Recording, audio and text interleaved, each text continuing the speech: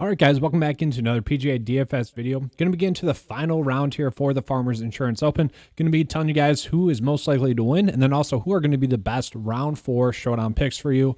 Also, just going to be showing, kind of highlighting a new tool. I guess you could say it's kind of still in beta, but it's good. It's good to go. I think it's just going to be updating in the morning, kind of when the matchup bets are finalized. So we'll be mentioning that here as well. But let's just dive right into it. So Willie Z had an amazing day. He went off and really dominated. So right now I have him as the 4th most likely to win. Okay. We got Jon Rahm, JT, no surprise there. The surprise to me was that Sungjae Im is currently popping up to win. And once again, the odds and even like the 9-to-5 odds, those are going to be updated once that data is pulled in tomorrow morning. So don't really have to look at that. And that's kind of why we're looking at the win rank. And I think the win rank is kind of one of the better tools to look at when you're trying to look at this. So just looking at it, Jon Rahm most likely to win. That makes sense. I believe he's still the favorite Vegas-wise. JT kind of struggled this round, but didn't really shoot himself out of it. +1, not too bad. He's one that could easily go like -4 tomorrow and, possibly win. I think the tournament really depends on how Jon Rahm plays tomorrow and really how Jon Rahm putts tomorrow. So personally, I don't really want to be fading Jon Rahm, but the one real thing that we can see from this is that someone like Sungjae Im, he could be an easy go-to play tomorrow. And if you think about it, it makes a lot of sense. Sungjae Im, he's -10 on the South course. I know Willie Z did that as well, but Willie Z just had his best round. It's highly unlikely that that's going to continue. It could. I mean, that's not going to continue what he did today. But a lot of people are going to say, Willie Z, he missed some really short putts. Well, that's kind of been holding Jon Rahm back lately. It's just a lot of these really close putts haven't been dropping for Jon Rahm. And even with Willie Z, it's like, man, the guy put on a clinic with his irons today, with his wedges today. And, that's probably not going to be as good as it was as well. So it's going to be a balancing act. Overall, obviously, those are going to be the top 4 plays on the slate. I completely think that that's the way that you would want to go on this slate. After that, it kind of gets interesting, and that's where I want to get into the specific round 4 ranking, which is a little bit different. Obviously, with round 4, it's a very unique setting where you're factoring in a player's likelihood to win, but you're also factoring in just kind of raw points that a player can score on a slate, which I like to look at because birdies are going to be the king. That's going to be the biggest difference maker. So if you can get someone that's going to go low, that might not be in the top 10 right now, and then it gets that top 10, top 5 bonus, that's absolutely huge. So we can kind of see someone like Mark Leishman, Billy Ho, Ryan Palmer. Those could be names to look at as someone that could potentially end up in the top 10. Someone else, DJ would be a nice ownership leverage play. So if you do want to fade Rahm and JT, although I think they had their bad rounds, so I wouldn't really go with that. But you could go JT instead. Really, Jason Day popping up there too, 4th most projected points. That's kind of interesting to me. And, we can kind of see the balancing act going on there. And that's where kind of the round 4 slate gets unique. But what I want to look at is just the round 4 ranking now.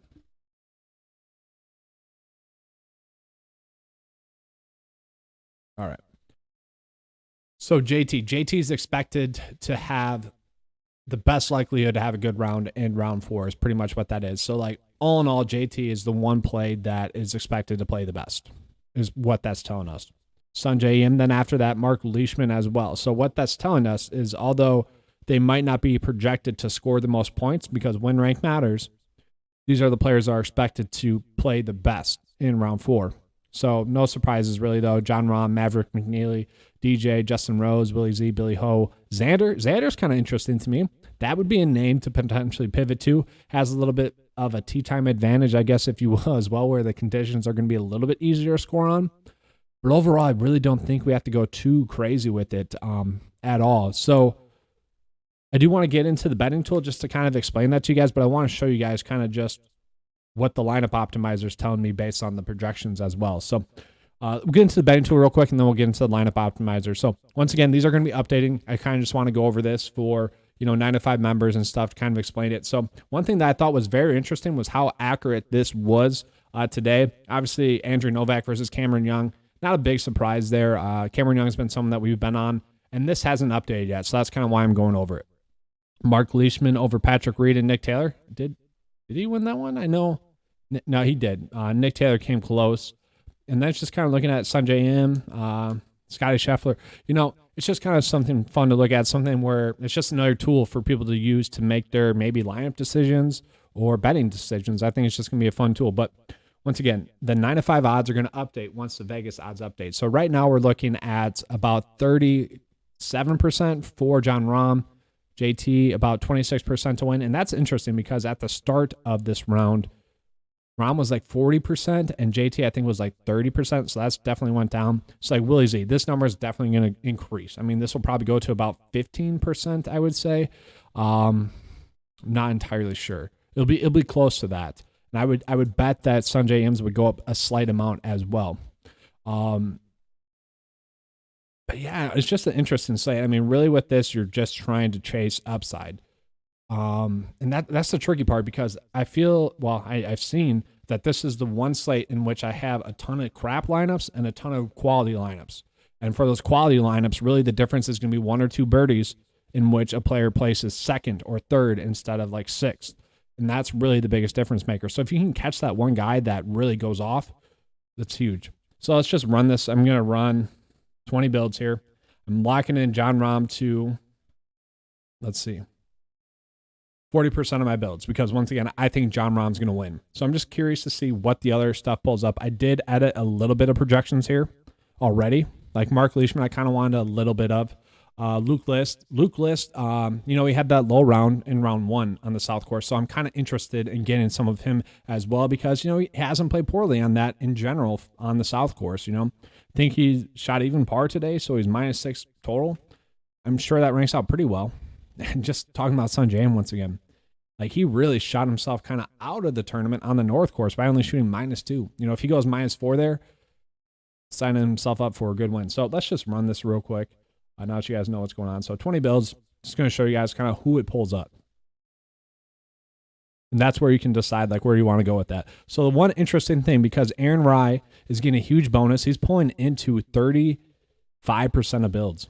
Very interesting there. Jason Day, 40%. Billy Horschel, 40%. So pretty much the lineup optimizer is trying to force in these plays because one, we have it set at 40%, but it thinks that that's going to be the most optimal lineup approach to go with. And so like Mark Leishman, where he ranked out well for the round, only pulling him into about 5% of builds. And that's just something that's interesting to me. Obviously, fantasy points are factored into that. There's a lot more that goes into that. So it's definitely an interesting slate. I think Sungjae Im makes a ton of sense. I like that. For me, it really comes down to which JT, Rahm, and Willie Z are going to fade. Heck, if you're doing 3 builds, I would say, fade one of them in each and just kind of go from there. But Sungjae Im I really like. And one player, I do kind of still like Cameron Young as well. He's just a longer hitter, so he's a little bit risk-reward. He went from being in contention, really, until like the back 9 on Sunday, really, and just blew up. Maybe not the back 9 on Sunday. I think it was like 3 holes into the Sunday. He had a chance to win and just blew up. And ended up finishing like T40. So that's definitely in the realm of outcomes there for Cameron Young, but he could also have a good round. One player kind of popping up there I find interesting, Cameron Champ. He's also a longer hitter, a little bit interesting there. Justin Rhodes. I do like Ryan Palmer. Ryan Palmer is some player that I'll probably be on a little bit more. Siwoo Kim, I'm not sure I agree with that. Siwoo Kim, I'd probably drop down to about 15% exposure. But hey, you never know. That's what this is telling us to do. So all interesting stuff here for the slate. I know this isn't as helpful as like round 2 or even like round 3 stuff that I put out there. But this kind of is what it is, just know that you're going to have some builds that aren't as great as you would want, but you're really trying to chase that upside. You're trying to chase those finishing positions. You want to hit on that one player that's not starting in the top 10 that is going to finish in the top 10. Maybe someone like Xander who can make a run. Maybe someone like Mark Leishman that can make a run. Heck, I like Luke List a lot. I think that makes a lot of sense. So it's going to be hitting that one player and then really not getting crazy with it. And then maybe fading the one player that doesn't do well as well. Maybe Aaron Rye. I know he's getting popping up here a lot, fantasy points projection. And that's because he's getting those boosted points based off of where he's projected to finish. So it's really a big decision maker there with Aaron Rye as well. But that's all I have for you guys. I know, short, kind of simple, easy video. Once again, with these, the problem is with these 2-course tournaments, the data that's being pulled in here is just not as accurate as I would like it to be for Showdown purposes, because, well, it all kind of works off of each other. So when you're putting in a different course, one that's 3.5 strokes easier to score on, that kind of skews the data a little bit. We saw that last week as well. But so far, Showdown slates have been good. 3 straight profitable slates, but they've all been pretty much push slates, like nothing really significant. But hey, that's good. You know, as long as you're not losing money, that's always good. Push days are always fine in DFS, as long as you're still getting those high upside ones. And maybe this will be. Honestly, I love that DraftKings has given us these huge contests, because I love doing Showdown videos. I love kind of the process of the Showdown or just the week of PGA DFS, because you do your research throughout the week, and now we get to continue that research through 4 more days, or I guess 3 more days, but it's kind of like NBA DFS in that sense, where it's kind of just a fun, I won't even say grind, it's just a fun process to go through each and every day. And that's how I ended up on Cameron Young. More or less the process of what I thought the good optimal lineup approach would be like JT, Rahm, one mid exposure play, and then Nick Taylor, who did exactly what I wanted him to do, Joseph Brenlet, who did exactly what I wanted him to do, and then Cameron Young, who did, well, I think he was the highest scorer on the slate, which obviously was a lot of luck, but it made sense as well. So, yeah, fingers crossed that we have a good Showdown slate, and fingers crossed for, I hope, Mark Leishman, I hope Luke List, and I hope there's someone else that I need to do well, that I was on a decent amount. I forget.